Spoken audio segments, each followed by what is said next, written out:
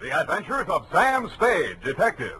Brought to you by Wild Root Cream Oil Hair Tonic, the non-alcoholic hair tonic that contains lanolin. Wild Root Cream Oil. Again and again, the choice of men who put good grooming first.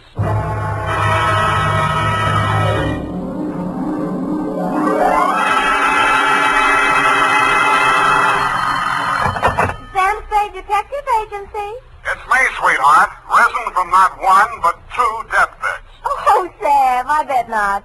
You wouldn't take that lying down. Oh, Effie, you made a joke. Well, you did first, Sam. I did not.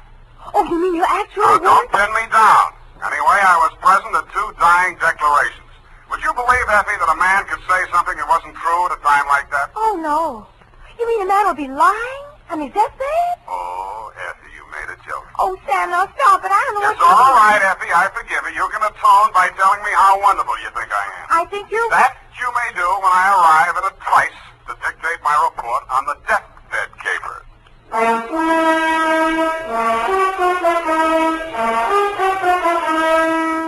Dashiell Hammett, America's leading detective fiction writer and creator of Sam Spade, the hard-boiled private eye, and William Spear, radio's outstanding producer-director of mystery and crime drama, join their talents to make your hair stand on end with the Adventures of Sam Spade. Presented by the makers of Wild Root Cream Oil for the hair. Tell me, mister, how many times a day do you have to comb your hair? Not many, I'll bet, if you groom it right first thing every morning with Wild Root Cream Oil. For this famous hair tonic grooms your hair neatly and naturally and helps it to stay that way throughout the day. Wild Root Cream Oil also relieves dryness and removes loose dandruff. With Wild Root Cream Oil, you don't have to keep combing your hair every 2 minutes. That is, unless your gal can't resist running her hands through it. Get Wild Root Cream Oil Hair Tonic. Again and again, the choice of men who put good grooming first. And now, with Howard Duff starring as Spade, Wild Root brings to the air the greatest private detective of them all in the Adventures of Sam Spade.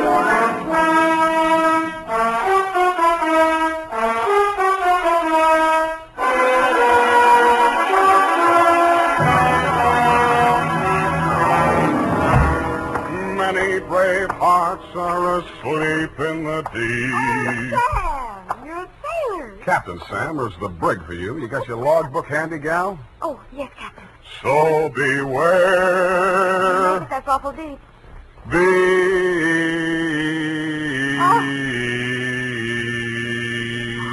Date June 20th, 1948.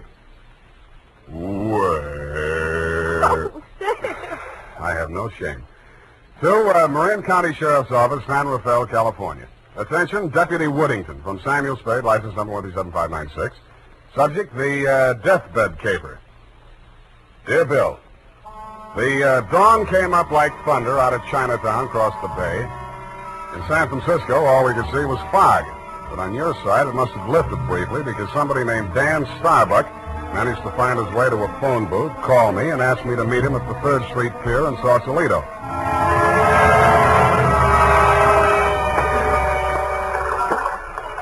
I didn't see him when I first got there. I didn't even see the pier. It was too foggy.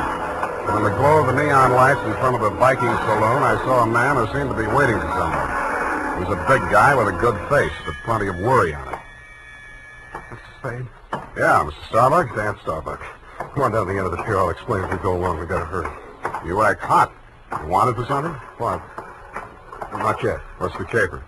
Well, my brother's out there on his yacht, the Marguerite. He's dying. When he's dead, they may call it murder. I want to be there with a witness. That's you. In case he has anything to say about who did it. Who did? They think I did. Did you? Well, honestly, I don't know. It happened the night before last. I went out there to see him. We've hated each other for years. We've both been drinking, and we drank some more. Then there was a fight. I drew a blank somewhere. Next thing I knew, it was around midnight. I pulled myself together, went into his cabin. Gordon was lying there with his head all kicked. I realized I was covered with blood, and I was holding something in my hand, big glass paperweight. I dropped it. I got out of there fast and swam ashore. I planned to tell you a different story, but that's it. You want the job or not? You think you'll make a deathbed statement that'll clear you, and you want me for a witness. Yeah, that's it. You got a lot of guts. I'm hired. Good. Halverson? You down there? Halverson! Who's Halverson? He's the boatman. He'll row us out. Halverson! Hey, Nils! Johnny? Yeah. That you, Casino? Sure. Can I do you some favor? I want to go out to the Marguerite. I can't find Halverson anywhere. Oh, I guess I can take you. Are you sure that I'm sure. Sam Spade, Del Casino. He's the bosun of the Marguerite. Glad to meet you. Sam. Any fun at Danny's? Hey, listen, Danny, you sure you want to go out there? Any reason why you shouldn't? Well, it's up to him. In his place, I would be on a freighter from China, way out there where the fog is more thicker. No, it's all right, Casino. I know what I'm doing. Well, your friend, you excuse me, your name? Spade. You pardon me, I better ask. The police don't want you for nothing? Not yet, but don't make book on it. Push us clear, Danny. All right.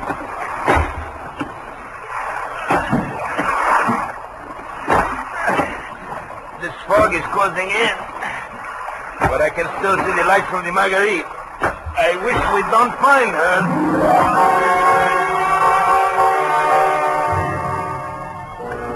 But we did. She was wearing clam diggers, an off-the-shoulder T-shirt, and was leaning against the rail as the dinghy pulled past the police launch and nestled in under the ladder of the yacht.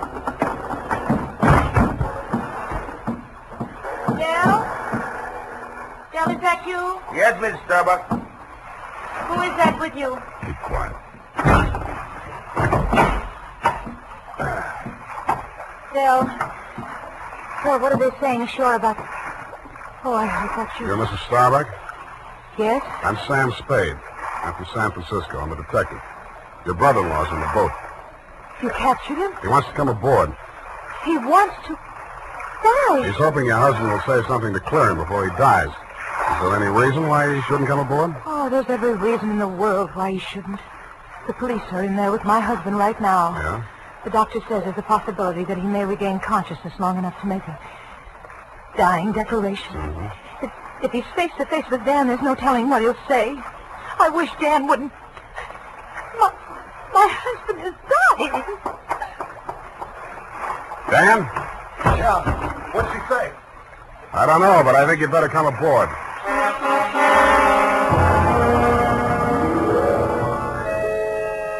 He seemed almost delighted as he swung his weight up out of the dinghy and climbed the ladder.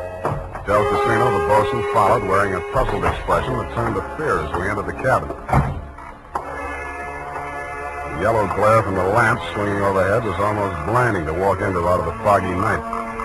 The first thing I focused on was the bunk that held the dying man. His head was heavily bandaged, the skin was chalk white, and his lips were beginning to turn blue. The room was tense with waiting. Ranged around him in a semicircle were the supporting players. 2 doctors, 1 family type with a nurse, 1 police medic without, 1 sheriff with cigar, 1 police stenographer, female with pencil and notebook poised, 9/10 of a widow, and us. At 18 minutes past 7, somebody moved. The dying man. The 2 doctors rushed forward, took his pulse and blood pressure. Let's go.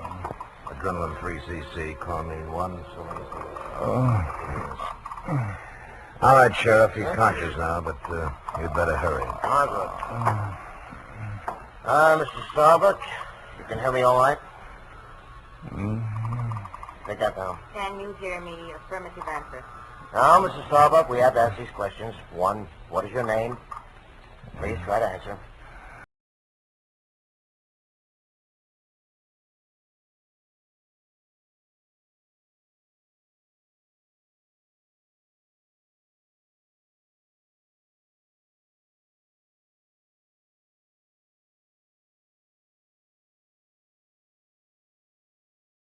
Well, 77 Marymount, Pasadena. Hey, Now, Mr. Starbuck, let's try a little harder. This is a long one. Have you been injured, and what was the cause of your injury? Yes. Hurts my You got that? Affirmative. Now, the second part. What was the cause of your injury? head. Head on head. Do you believe that you're about to die as a result of your injuries, and have you no hope of recovery? I know. Now let's get to the point. Who inflicted said injuries? Hey, Mr. Starbuck, please, you haven't much time, you know. Go away. Doc, is there anything you can do? I'm afraid not. This is ghastly. Can't you leave him alone? Can't you let him die in peace? What are you afraid of, Maggie? What are you afraid he'll say? All right. All right, tell them, Gordon. It was Dan that struck you, wasn't it? He was jealous. He always hated you for marrying me. It was Dan. Now, Mr. Starbuck, I know how you feel, but we can't allow this sort of thing. Please step aside so we can finish up here. Mr. Starbuck. Doctor?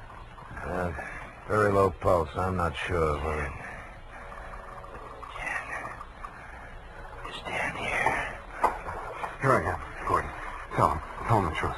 Do you identify this man, Mr. Starbuck? Yes. It's my brother. You got that, brother Dan? He's the one. He's lying. Gordon, you know who did it. Why don't you tell the truth? What do you got to lose now? Nothing. I'm finished. You finished me. Gordon! Gordon, not yet. Now come back. Doctor, cancer. He's dead. Well, okay, Doc. Ennis Starbuck, it is my duty as sheriff of this county to take you into custody on suspicion of murder. I must tell you that anything you say may be held against you. You better come along too, Spade. Routine questioning, you know. Okay, Sheriff. Well, I don't think we'll need the handcuffs, will we, son? No, I'll go with you.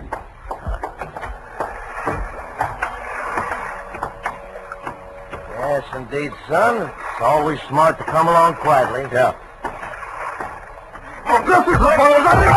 Hey, Sam, come back here. Use your hand.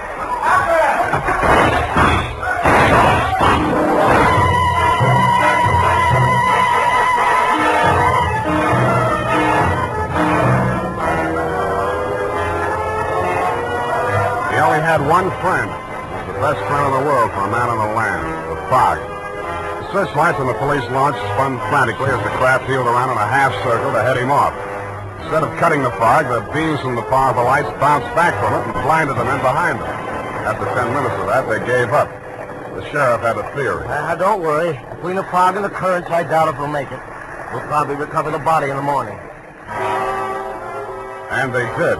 But it wasn't Dan Starbuck's body. It was the bosun, Del Casino. And he was found in Richardson Bay, adrift in the dinghy from the Marguerite. Somebody had creased his skull with the same type blunt instrument that had been used on Gordon Starbuck. But Del hadn't lived long enough to make a dying declaration.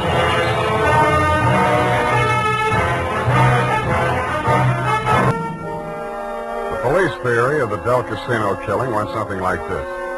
Casino had shoved off in the dinghy to join in the search for Dan Starbuck, had rescued him, and been maced for his pains. Also found in the dinghy, but not as yet worked into the police theory, were two items. One, a waterproof wallet containing the seaman's papers of one Nils Halverson. Two, a tattoo mark on the right bicep of the deceased. A small heart with a name in it, Maggie. The brand new widow of the same name was waiting in my office when I got there the following afternoon. Hello. Hello to you, Mrs. Starbuck. What can I do for you? Mr. Spade, I know very little about the ethics of your profession, and... Well, are you still working for Danny? If you mean, do I know where he is, the answer's no. Oh. I hoped you'd say that. Why? Because I want you to work for me. Need a new bosun? You needn't have put it quite so crudely. No, I needn't. Since your work is confidential, I'll admit I've done a few things, but... Well, it's all too true. My first mistake was marrying Gordon Starbuck when I didn't love him. And I should never have let myself fall in love with Dan. I certainly should have known better than to let Del fall in love with me. What about Nils Halverson? And me? Well, hardly. No. Nils Halverson was employed by my husband for various odd jobs whenever we put in at Sausalito. Mostly he'd row the guests out to the ship. He rowed Danny out the night my husband was killed. At least I think he did. I didn't actually see him. Where's Halverson now?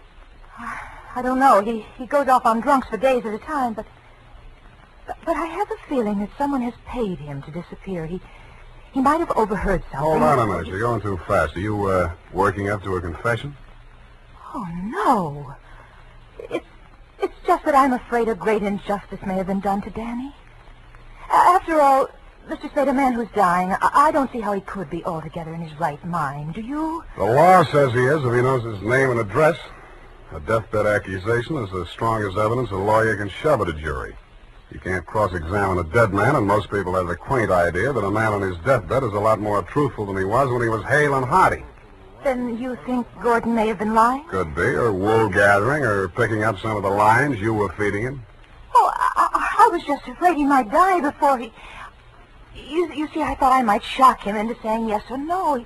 He could have said no, couldn't he? Well, make up your mind. Oh, all I know is it's on my conscience now. If we could find old Halverson and force him to tell what he knows. He's a very strange man. He's devoted to me. If the police find him before I do, he might refuse to talk out of a mistaken loyalty. To you? Well, I meant if he thought I had anything to do with the... Well, he's very strange. I told you that. What makes you so sure he's alive? Why wouldn't he be? If I'd been the killer and he'd rode me to and from the scene of my crime, I'd see him secured in Davy Jones' locker. Fish feed, lobster bait, asleep in the deep. Will you work for me? I'll let you know.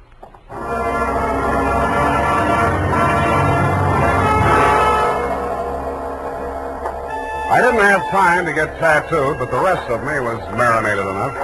On my head, I was wearing a dirtied-up yachting cap. And the rest of me, I was wearing a pea jacket, dungarees, and sea boots. I was also wearing clamshell number 5 as I rolled up to the Viking saloon. Well, what did it be, mate? Akavit and Wachter. Have you seen my cousin? Your cousin. Who's your cousin, Prince Value? No, my cousin Niels Halverson. Niels Halverson. Oh, no. You're Neil's cousin, are you? Yeah. Well, coming from the old country? Yeah, Minnesota. By you, Minnie. Well, no, he'll be right glad to see you there. Where fair is he? I don't want to say this too loud. Yeah. Bend over there. Yeah? He's in trouble, you know. Oh? Yes. I got him holed up down below. Oh, yeah, come on. Well, by golly, I sure been glad to be going to see my cousin Niels. Niels Halverson. Drop the axe and get Jones. Hey! Okay, Joe, I'll take over from here. Easy. Okay, Danny, my boy. I got his gun. But watch him now, watch him. He's full of smorgasbord. Well, Spade, you're the one person I didn't expect to see, but I'm very glad to. Yeah, I wish I hadn't found you. I wanted to find somebody else first. Halverson? Yeah. He's here. Want to see him? That's what I came for. And under here. Watch your head, low bridge. Yeah, here we are. Where? The boathouse under the pier. Halverson used to hole in here to sleep off his schnapps. Where's he now? Over here. Uh-huh. Yeah, he's going to be a long time sleeping this one off. He's been missing since that night. Nobody knew he was here till last night. I headed for the saloon when I swam ashore. Joe hid me out here. He could still talk then. What did he say? I wrote it down here. But it's no help. Let's see it. That's just a jumbled word. Marguerite. Merry Christmas drink. My beautiful Helga. Row, row your boat. Now throw me back. Roll me back. $20 good and drunk. Fog rolling in. Good and drunk. Gonna be 5 days, no business. Oh, my head. Paint the boat. All crazy stuff. $20. You give him $20 to row you out? I didn't even see him. I swam out. My loving brother wouldn't have let me on board if he'd heard me arriving like a gentleman. $20. Did you frisk him? No. I'll have a look. No, I don't. Hey, wait. Uh-huh. Real soggy, but a 20. Now, look here, I'm sticking to my story. I swam out there. I didn't give him that 20. Maybe you didn't. Maybe you didn't. You gotta believe me. I didn't even have $20. That's why I got... Shut up. What's the matter with you? What are you gonna do? Come over here, Dan. What? Hey! I don't believe a word of your story, and even if I did, it wouldn't make any difference. What are you... Shut up. You're going to stop talking and listen for a while.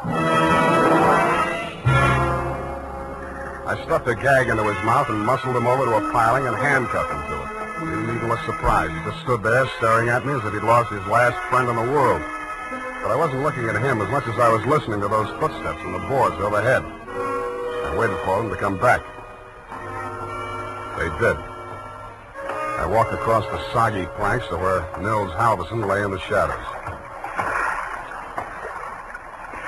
Nils, I want you to answer these questions again. Now, this time I'm going to take them down. You get lots of $20 and lots of drink. Now then, I know you don't feel so good. You don't have to talk if you don't feel like it. Just nod your head for yes and shake it for no. Okay, Nils? That counts in a court of law as long as there's a witness. Okay. Now, your name is Nils Halverson. Your address is 213 Bayview, Sausalito. That's correct, is it? Nod your head. Good. Good. That proves you're in your right mind. You know you were injured. Yeah. You know the cause of your injury. Hit on the head and thrown over the side of your boat. What? Huh? Not from... Oh, dinghy. Well, it's the same thing. All right. Now, you know you're dying. You have no hope of recovery. That's obvious, but nod your head. That's the boy. Now, Nils, on the night of the 18th, around 10 o'clock, after your usual working hours, you rowed somebody out to the yacht Marguerite in return for which this person gave you a $20 bill. This person is also the person who killed, who inflicted your fatal injuries. It is. Now, the name of that person, if you can possibly speak even in a whisper, so there can be no mistake. Can you hear me? Just say it close to my ear. Yeah? Yes. Yes, I got it. That's all. Now, I know you don't write, Nils, but make your mark here. Come on, I'll guide your hand. There. Now we're going to take... Nils. Nils. Well, anyway. All right, Maggie. Come on in and join the party. Don't try anything. The light's on you. I'm a better shot than you, and if there's a ruckus, the whole saloon will be down on us. They're all friends of Danny's, too. Stop there. Toss the gun. Okay. What's the matter, Angel? You look kind of scared. No. Just disappointed, that's all. Don't give up so easy, sweetheart. I always wanted to take a trip around the world. We might go on the Marguerite together. Yeah, sailing into the sunset, sleeping with our deathbed statements under each other's pillows. Yeah, I see what you mean. I guess it wouldn't work. How much for yours, and what do we do about him? Dan? I'll take care of that. Throw it in with a deal. Okay. But I want it in writing. A little statement to the effect that I can keep under my pillow. Fair enough. Now, all I want from you is a little statement from you to this effect. That you, Marguerite Starbuck, employed Nils Halverson to row you out to the yacht on the night of the 18th, that you there overheard a quarrel between your husband and brother-in-law, and that taking advantage of said brother-in-law's inebriated condition, you sneaked up behind your husband, hit him with a paperweight, and decamped, leaving the murder weapon in Dan's hand. You then started back to shore in the dinghy, and realizing that the only witness who could testify you were aboard that night... All right. All right, I'll sign it. Okay. We'll have plenty of time to put in all the legal decorations later. I'm afraid we won't, baby. You're going to be spending all your available time at the Tehachapi and points west. What are you talking You about? just made a full confession in front of a witness. You heard it, didn't you, Dan? Every word. Oh, if I... Honest. An honest man. Well, I did tell a fib. Now, this is really going to hurt, I'm afraid, Maggie. You see, we didn't actually have any deathbed statement to match yours. No? No. Nils Halverson was a good deal too dead to have made a deathbed statement just now. He's been stiff for 12 hours.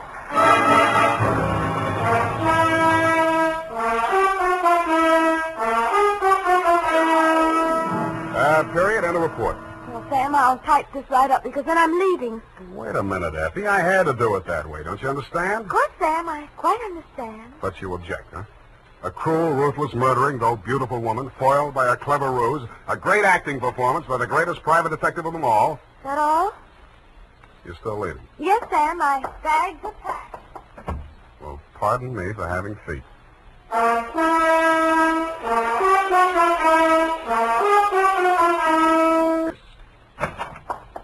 here it is, Sam. Goodbye. Now, wait a minute, Effie. You can't leave like this, not without... Oh, all right, I'll talk to you while I'm putting my hat on. Well, can't you at least look at me? After all, you should give me a chance to justify... Well, apparently you're laboring under an apprehension. Of course I am. Oh, boy, am I glad I picked the last in June and the first in July. What are you talking about? My vacation. Vacation? You just had a vacation a few months back. Well, Sam, that's a year. Well, if you want to take advantage of a legal technicality... Now, Sam, don't say goodbye, man. Well, it's customary, I suppose. It's lucky that some of us keep our nose to the grindstone, our ear to the ground, an eye to the future. Huh? Television's just around the corner, you know. Oh, Sam. Come here, sweetheart. You look lovely in it. Come here. Have a wonderful time. Oh, Sam. Oh, Sam. Yeah. Now, go on. You miss your train. Where are you going? To Los Sierras. Well, just so you don't go to Kanab, Utah. All right, Sam. You know best. Good night. Good night, Sierra Sue. Now, who can we get for that part next week?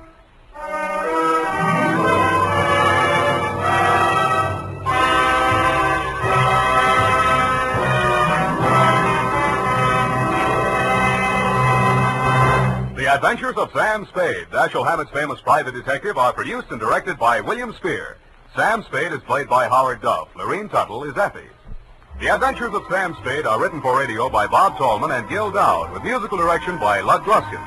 Join us again next Sunday when author Dashiell Hammett and producer William Spear join forces for another adventure with Sam Spade, brought to you by Wild Root Cream Oil. This is CBS, the Columbia Broadcasting System.